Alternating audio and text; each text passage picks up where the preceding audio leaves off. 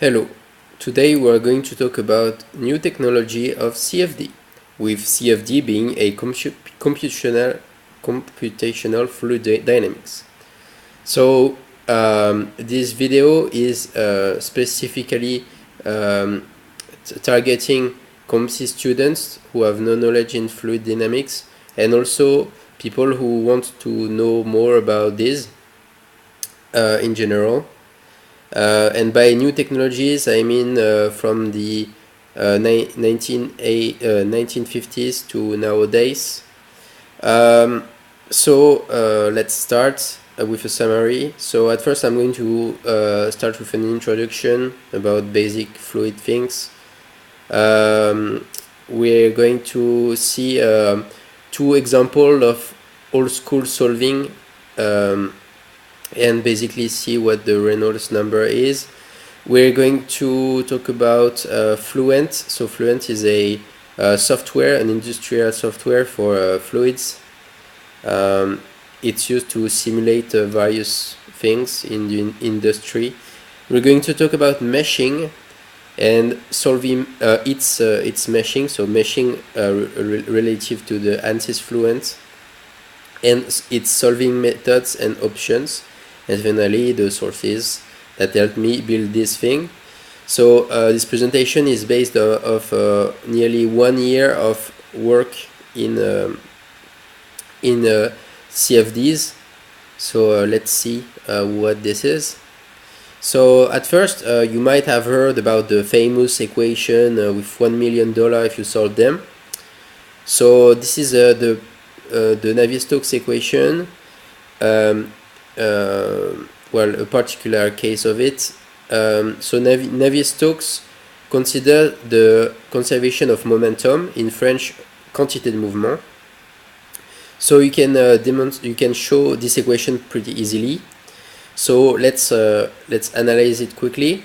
So at first here you have something in at first U represents the speed, so it's a vector, and it's noted in bold since it's a vector. So rho times v, so the speed, represents the momentum, and the fact that it's conserved is the fact that when you derive it, you get the principle of dynamics. So at first you might say, well, yeah, there is a derivative based of the time, but what's this thing? Well, we'll see a bit later. Why this term here is over there. And you might ask, what is this thing? So this is a product called produit dyadic, so dyadic product in English, I think it is. So it's a tensorial operator. So this represents Vx times the vector v, Vy times the vector v, Vz times the vector v.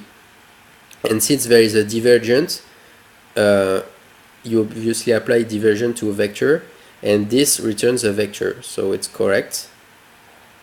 So for example, if you want to take this equation scalar x, you will have the derivative over time of rho Vx plus divergence of rho Vx times the vector v. So you have a divergence applied to a vector. So it's a, here it's a, you can view it as a tensorial divergence. Here there is a part with the pressure. So the part with the pressure comes with the change of potential energy. So it's the difference in potential energy that is caused by the gradient of pressure. Here you have the divergence of tau. So tau is a tensor. It's a it's the part that is related to viscosity. So it's its expression in the case of a simple fluid is div tau is equal to mu Laplacian of v. So it's a common exercise in COMC you might have seen this term replaced with mu times Laplacian of V, and plus rho g, so it's the potential of gravity, and this is the potential of pressure. So this translates the conservation of momentum, and as you can see, the thing is that you have multiple variables. Rho can be a function that is not independent of time, and this can get really complicated when you have weird expressions of rho. Usually when you study them analytically, you do hypotheses that rho does not depend on time, so incompressible flow, but you can also have very weird expression of pressure. Tau is a totally non-linear thingy. G can be different, I don't know. You can also add electromagnetic forces in there, but I'm not exactly sure because I haven't dealt with that. So I think there are some terms that appear when you deal with electromagnetic systems, but I will not go deeper. There also exists an expression in which you merge this thing, in which you create another tensor called in French tau chapeau. So it's a tau with a circumflex accent on the top, and it regroups this term. So it's the tensor tau is equal to tau minus p diagonal tensor, p the pressure times the diagonal tensor, and you get this merged into a single expression. So differential equations rule the world. So basically a lot of physical systems are based off differential equations. You might have seen EDP, no, how that's called in English, PDE, yeah, PDE, ODE in English. So very weird equations that you often solve analytically, but here you have a lot of variables. You have often 3D problems, and also it depends on time, so it's complicated. It's often not possible to find a closed form solution. So as I've explained earlier, for the Navier-Stokes equation, there is a $1 million price if you solve it. So yeah, that's why we use software, because we can't solve it with a closed form. So we are required to use computers because we don't know how to solve them properly, which is really sad, to be honest. So they solve problems using really precise methods. So most software use the method called finite volume methods. So you can check on Wikipedia what that is. We'll see. So it's a general method, and then we'll see more method related to Fluent, because Fluent is a software that uses finite volume methods, and we'll see which methods exactly. There are also finite elements, but it's rarer in CFD, but it exists. So differential equation, important for fluids, very hard to find a closed form solution. That's why we use softwares. So at first, let's start with some old school solving. So here you have a knee pipe. So you imagine you have three surfaces: the surface 1 that is over here, the surface 2 that is over here, and the surface sigma that is everything else. And you want to calculate the forces that are exerted by the fluid over the surface sigma. So at first we need to talk about the Reynolds number. So someone told me that he was interested in fluids, but he didn't do anything yet. So I said, okay, let's do a quick introduction to the Reynolds number. So the Reynolds number is the first step to characterize a flow. It's defined as rho, so the density in a kilogram per per cubic meter, times the V, so the speed of the flow, times L, a characteristic length, in which I'll explain right after, and nu, the viscosity. So L represents a characteristic length, so it's homogeneous to a length. It's the next slide. Yeah, it's the next slide. So it's useful why to characterize whether it's laminar or turbulent. So turbulence means there are so small, some wiggly stuff.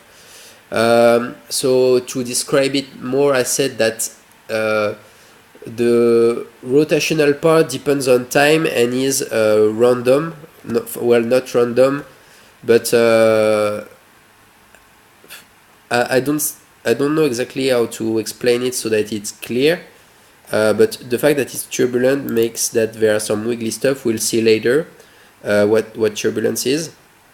So usually the two values you want to remember is if it's below 2000 it's laminar, if it's above 4000 it's turbulent.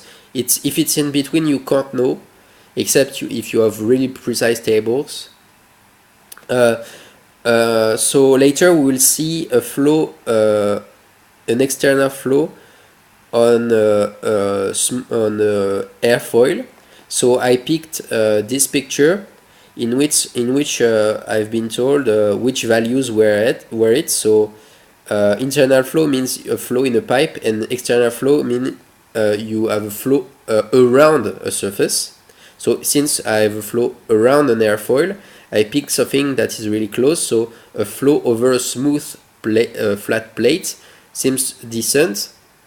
So if the Reynolds is below 10 to the power 5, it's laminar. If it's above 5, it's turbulent. Okay. So now the Reynolds number. What is L? So L is a characteristic dimension. For internal flow, it's very easy. So for a cylindrical pipe, it's the diameter. For a triangular pipe, it's the square root of the sum of the squared length. So the one length squared plus the other length squared, square root. And you can often approximate it with either of the lengths, because often it doesn't really matter, since you have kind of these big numbers here. And for a flow around a sphere, so most people pick the diameter. So I will show this proof. So the length is equal to the surface in contact, so the characteristic surface, and the divided by the radius. Yeah, that's correct. So the characteristic surface is 2 pi over r squared, because if you have a sphere, only half of it is in contact with the flow, and the other part is a recirculation, so it's not in contact. So you have the 2 pi r squared becomes the surface around half a sphere, and the radius is r, obviously, so it's equal to 2 pi r, which is equal to pi d. And since it's a really small constant, you often say that pi d is equal to d. You can also do the calculation right here. And there is also a needle link with Kolmogorov. So the Kolmogorov, so I'm going to talk about it quickly. I don't want you to remember it very well. So Kolmogorov scale is a scale in which the Reynolds number is 1. It's the smallest scale of the study of a flow, which means if you study a turbulent flow, if you zoom in the particular case of fluid study, mechanic of the fluids, if you zoom, there is always a laminar flow inside a turbulent flow. So if you zoom always, you will always find a laminar flow. So obviously this is not always true, but for this study, the fact that there is a characteristic dimension is linked with the Kolmogorov scale, and this is why you have some kind of this weird variable that you don't know exactly how to define. Don't worry, it's properly defined. Kolmogorov did it. So let's get back to our old school thing. So you calculate the Reynolds number, and we'll say that it's laminar because it's easier. And well, actually, it does not matter that it's laminar or turbulent, but often when you want simpler thing, you say that it's laminar. But the solving method that I'm going to use right now, it does not require it to be laminar. I just wanted to explain it, to explain what the Reynolds number is, and to say, okay, I explain whether it's laminar or turbulent, but here it does not really matter. So here I'm going to use the equation of Euler. So it's an equation of conservation of momentum, so équation de quantité de mouvement. So it's available for all fluids, whether they are in laminar or turbulent flow. So this is the formula of Euler. So you have this expression here, which is the momentum over a surface plus something. It's hidden. So the fact that the term that I've hidden is the derivative over time of momentum. It's not really useful because often you study flow that are in a steady regime. So like if you have a tap, you open the tap and the flow starts to flow. But often you study when it's in steady regime. So you've opened the tap for like 1 hour or so it's in steady regime. So this integral is equal to the integral of rho g dv minus p ds plus the integral of tensor times the ds vector with dt a domain and the surface over this domain. So the boundary in topological term, it's the adherence. Yeah, no, I don't know if that's, no, that's not adherence in English. So it's the boundary of that domain. You can also notice that it looks a lot like the Navier-Stokes equation. It's very linked, obviously, both translate the conservation of momentum, so they are strictly equivalent. So we'll neglect the viscosity, so we'll say tau, the tensor tau is equal to 0.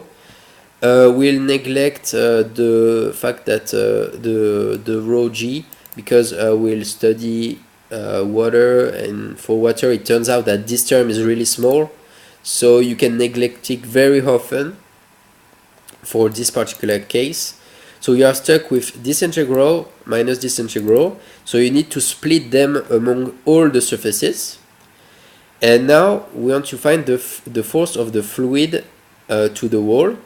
So it's equal to minus the pressure times the surface, because the force from the fluid to the surface is equal to that pressure. That's the definition of the pressure. So the pressure sigma times the vector sigma, with sigma the surface. So with this expression, you can plug this into this here. And also you can neglect the vector v times so scalar the vector sigma, because the condition of impermeability.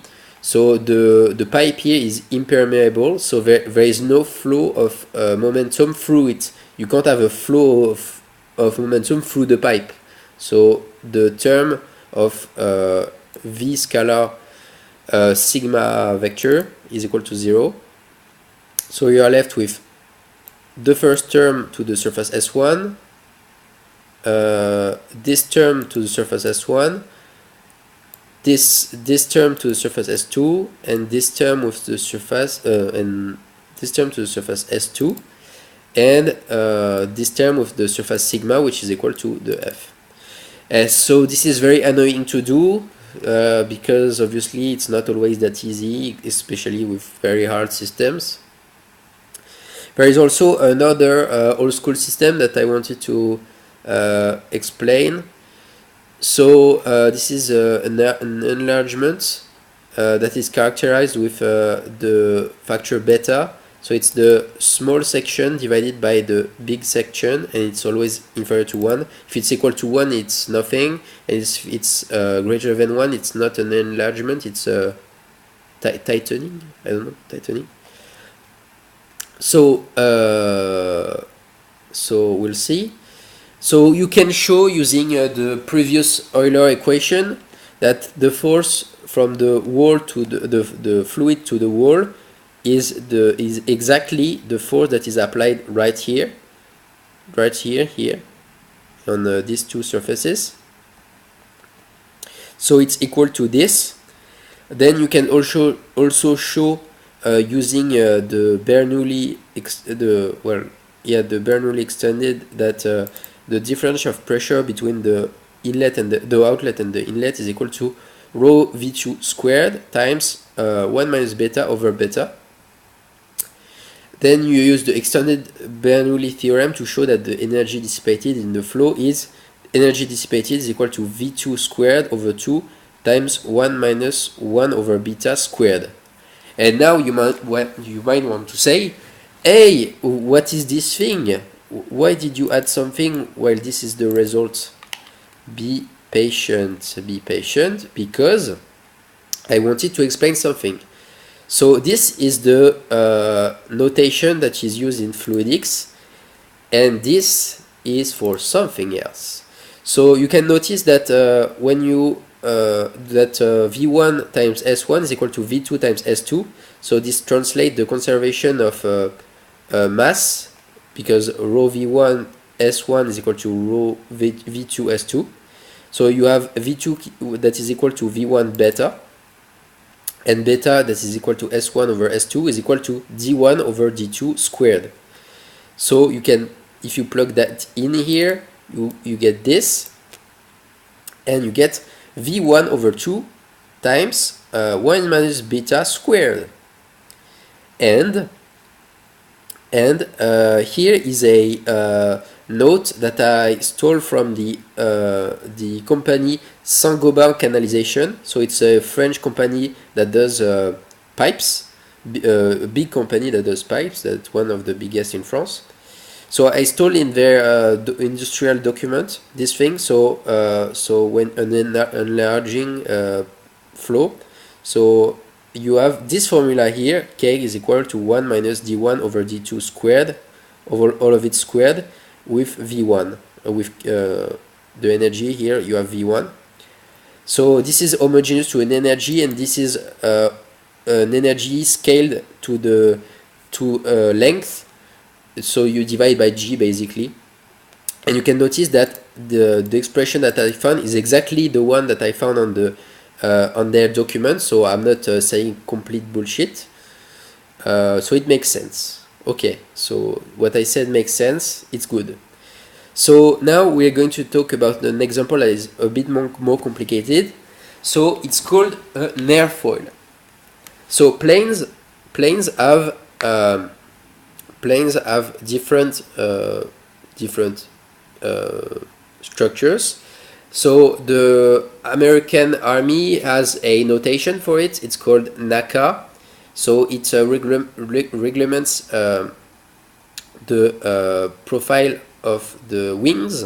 So this is a wing. You can see, oh, it's simple. It's a very simple wing. There is no need to do that. So you can notice that it's so I did the search. It's a polynomial in a square root of x.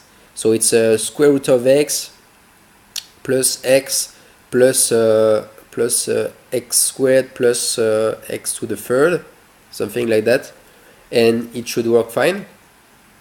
So you have this equation. And this is historically the reason for which we built softwares, because planes, unfortunately, are hard to model with the hand. So I can't apply my formula here, my Euler theorem. I can't apply this directly to the airfoil. Because there is also the fact that it's a complicated shape, it's a turbulent flow, so there is a variation of the momentum because there are turbulences, and it's an external flow, so it's complicated. So now I'm going to talk about meshing. So when you use a CFD, you have to model points in which the computer will solve. So people who are fine with ODE and PDE are fine with this thing. So when you numerically solve, you find a discretization, but here we are in 3D. So basically what it means is when two lines cross, there is a point in which they are calculated. So if I zoom in, so the speed, the density, the pressure will be calculated here, here, here, here, here, here, here, here. And you have no idea what's inside the square. Well, it's a rectangle, sorry, a rectangle. And you can notice, wow, that's a big picture. Why does it look like this? Why doesn't it look like the airfoil? Well, where is the airfoil? Are you stupid? Why didn't you show the airfoil? Well, here I modeled the fluids. So this is the air around the airfoil. So I selected a big area around it. And the reason why you can't see the airfoil is because it's hidden. You can see here that the meshing is very small, so the squares are very small around this area. If I zoom in here, I get this thing here. So we have our airfoil NACA of the American Society, and you can see if you zoom in that here it's very dense, and then you go far from the wing, it gets a big rectangle. So this represents air, and this represents metal. So you always say that on the surface here, the speed is equal to 0.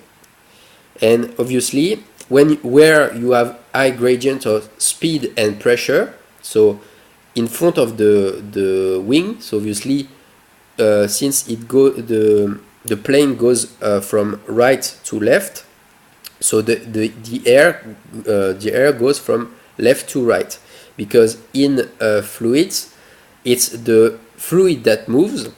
So you study as in the referential of the plane. So the plane is static. And historically, a variable that is good to find is the angles. So for various reasons of aeronautic, you want to know what happens when your plane tilts, and since you are in the referential of the plane, it's like when it's straight horizontally, the wind comes from left to right. But if the plane tilts up, then it means that in the referential of the plane that the wind comes from the bottom to the top, so like in this direction in the referential of the plane.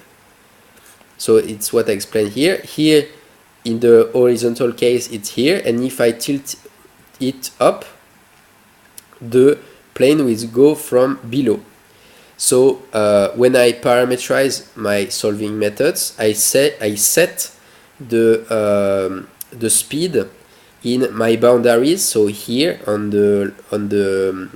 so when you solve PDE and ODE, you have always a surface in which you set conditions. So I set that on the condition on all the boundaries that the speed is always to a norm. So I think in my exercise I did 10 meters per second times the rotation matrix.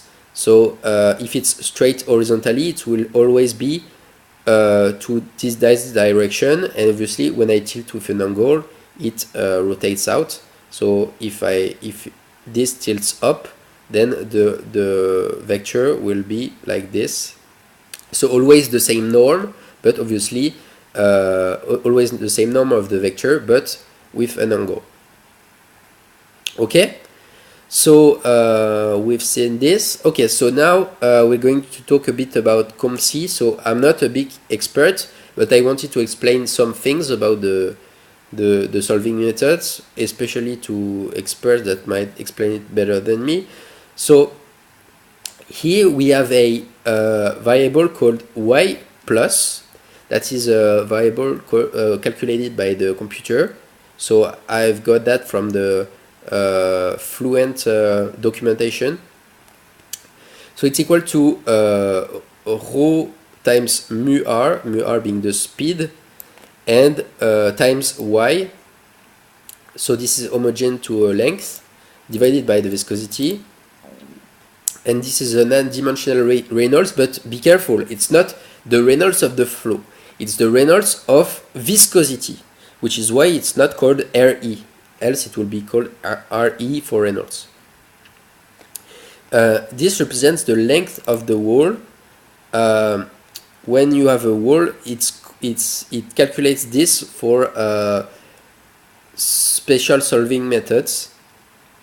You also have the adimensional speed called U plus, that is the speed divided by the maximum of the speed, divided by the speed of viscosity. The speed of viscosity is the square root of tau divided by rho, so the density, and tau omega is one of the components of the tensor of constraints, so it's the part that is viscous. So you have two sets of variables, the Reynolds viscous and the speed viscous, and with that you build lots of models. So inviscid, it means that the viscosity is equal to 0. Laminar, in which you solve only for laminar models.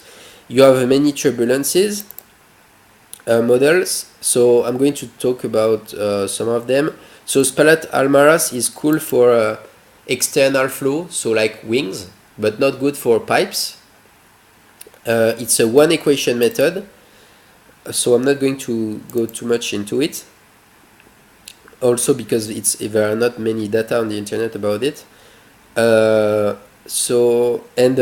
two methods, so K epsilon and K omega, that we'll see right after. So there are two equations, which means there are two, it's more precise.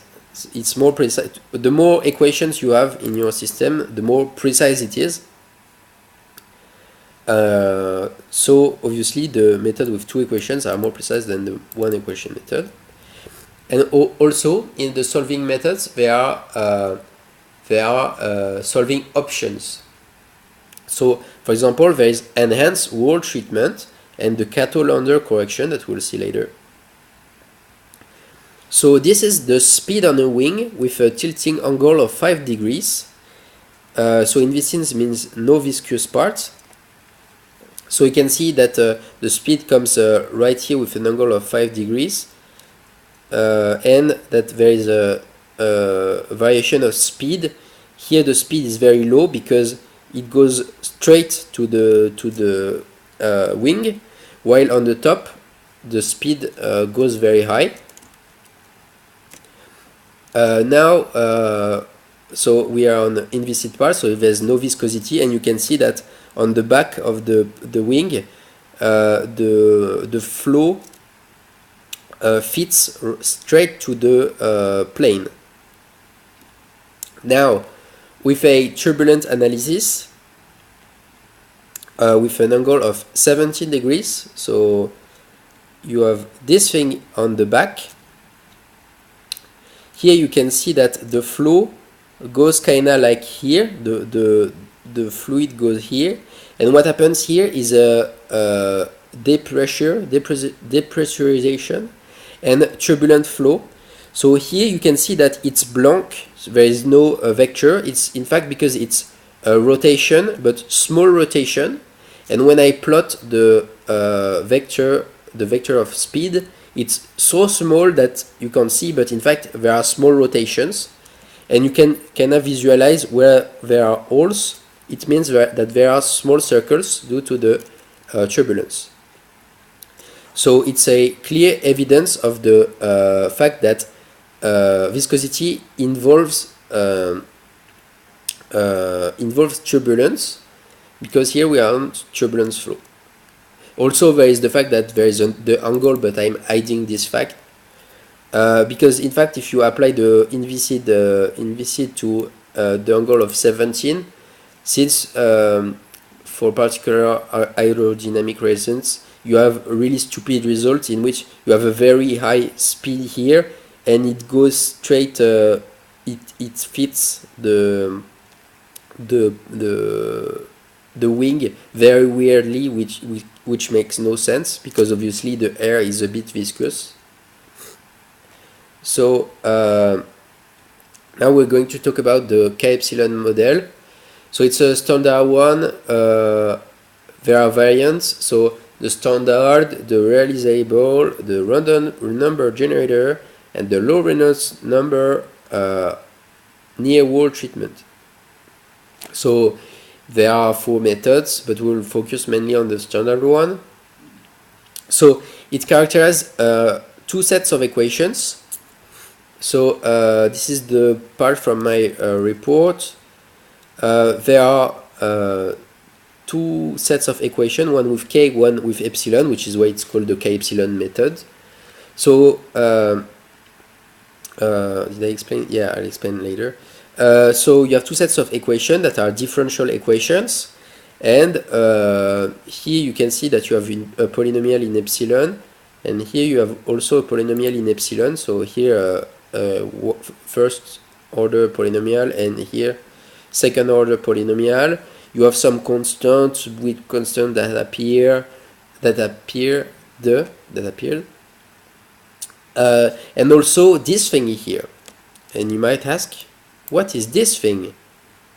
I've seen something similar in the previous part, in which you said there was some weird term. Oh, we might see later what it is.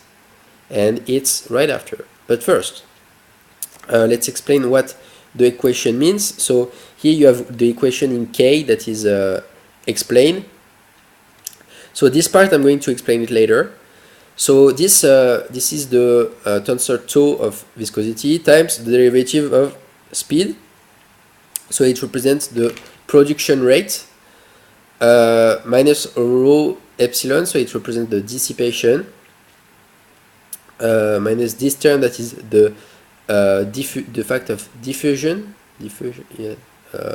It's diffusion. The molecular diffusion. This represents transports, and this represents the diffusion due to the pressure. So this is the diffusion due to the viscosity. So I have this article that is free to see, called The Prediction of Laminarization with a 2-equation model of turbulence, which is the first document in which K epsilon was introduced. So I think it was 1972, something like that.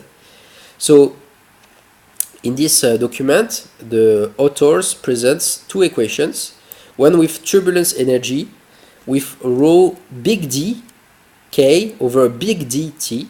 So play on words on big D, obviously. And they present this junk of equation. And you might ask, what the fuck is big D?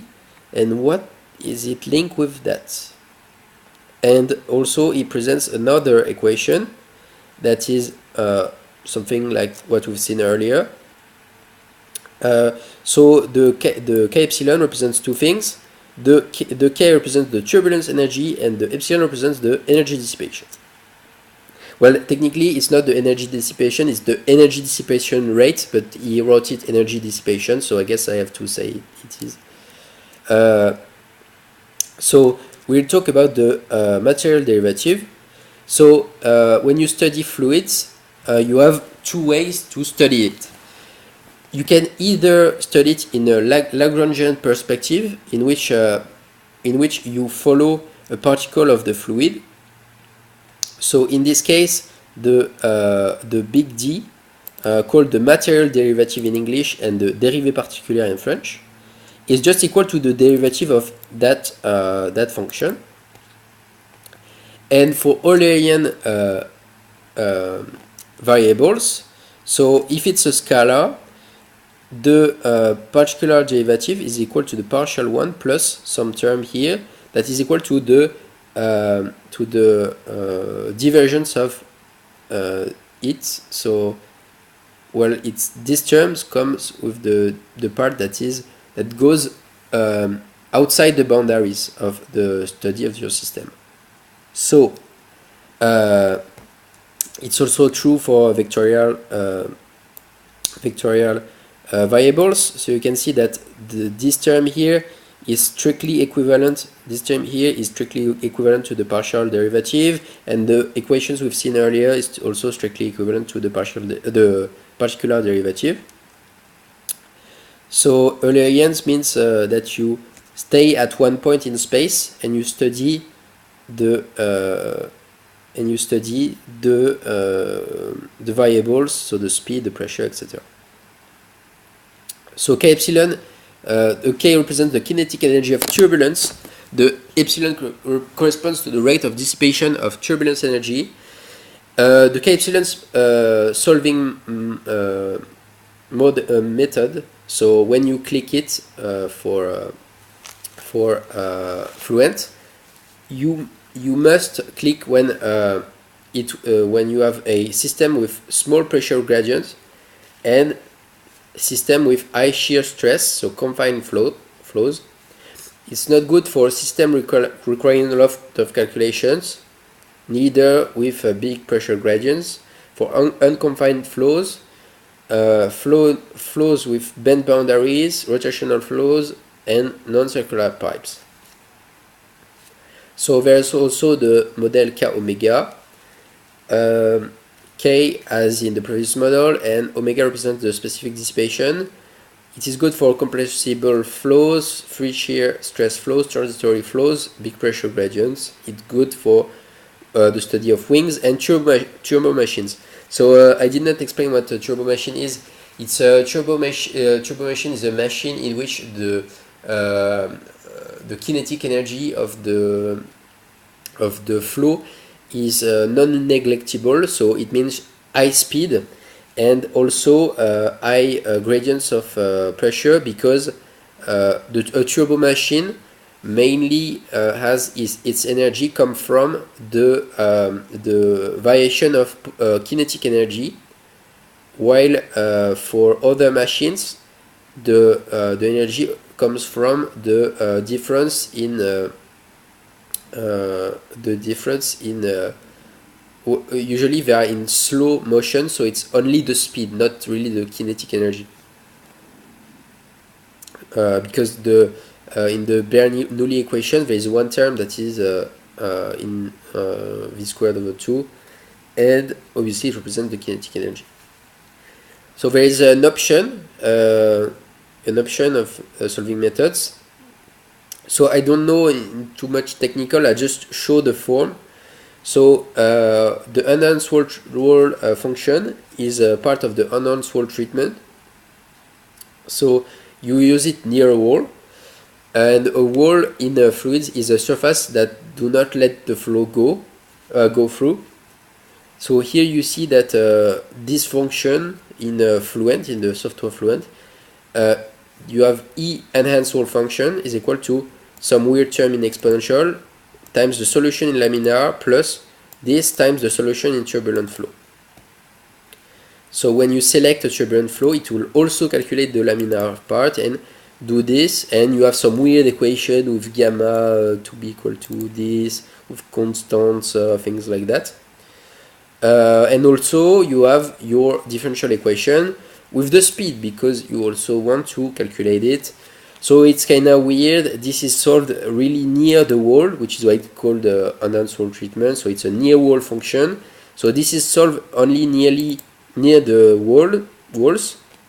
There is also the same equation for the temperature. And here there is some S prime, so S prime is equal to this.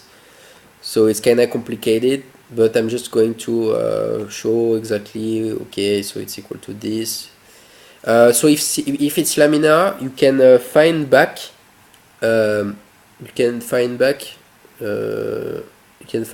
this. Yes, because here you see that you have some y plus. If you do the change of variable, you can find back this equation if it's in laminar flow. So there are some, to remember that there are some differential equations that are inside the Fluent, very strong one, and also some dedicated to specific situations. So for example, here in enhanced wall treatment, so you use it when y plus must be is close to 1, so near 1, and ideally it's below 4 or 5. So according to the documentation, you have to have at least 10 cells in the mesh near the wall to have an accurate description of the speed. So obviously enhanced wall treatment means that you have a higher precision in the values you find without increasing the mesh, without having a smaller mesh. So this is very convenient because it doesn't need to have more calculation in the mesh, but you have extra calculation in the solving method. And it's also useful to have higher precision, especially when you have big gradients of your variables, so big gradients of speed, big gradients of pressure, which is the case in the case of planes. So there is also the Cato-Launder correction that is also an option. So it's a correction to surevolution of the turbulent part of the speed in parts of space in which the speed is very high. So when you have high speed, you do that. Wait, oh yeah. So you see that in the enhanced wall function, you have some laminar part and some turbulent part. So this part here sometimes is surevaluated when you have very high speed. So you apply the Cato-Launder correction, and bam, it modifies it. It modifies it by a corrective part. So once you did all the calculation and the meshing and everything, so it can take a few days. It can take very few days, maybe sometimes a month. I saw someone working on like for a month on this. So you can output the values of the variables, so the density, the pressure, the velocity, as vectors, as contours, as particle, as animation, so over time. There is also interconnection with other software, so you can have chemicals with COMSOL or Chemkin. You can also have thermal study. You can also have electromagnetic studies with other softwares that are linked to it. You can also script.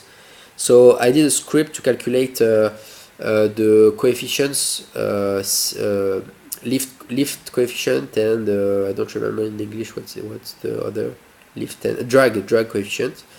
I did a script to do that. So basically I pick the variables and I do a script, so it outputs the values directly for each simulation that I do, so I can loop the simulation for various variable of the angle. So here, remember, I'm scrolling up, so here I have some values of alpha and some values of alpha that is equal to some angle. So I can vary the angle of the input of the angle in which the wing is tilted, and I can calculate the coefficient of lift and the coefficient of drag, which are coefficients that are used in aeronautic, and I can directly do it in a single script, so it's really fine, but it takes a lot to compute, so it's bad. So the sources, I used my course in University Paris 13. I used the CFD wiki. So this is something I did not expect. It's that CFD have their own wiki and their own forums which is something that I did not expect. I thought, no, it's not gonna happen. So they have their own wiki, and even though the wiki is not very documented, there are some infos in it, and there are some very active forums, so it's good. Wikipedia, in which I found some info about when to use or when not to use the CFD methods. I use the Fluent documentation for the enhanced wall and Cato-Lander correction, and I use the prediction of laminarization with a two-equation model of turbulence by Jones and Launder in 1970. So that's all. Thank you for watching. I hope you enjoyed it. If you have any question, feel free to ask them in the comments. And bye.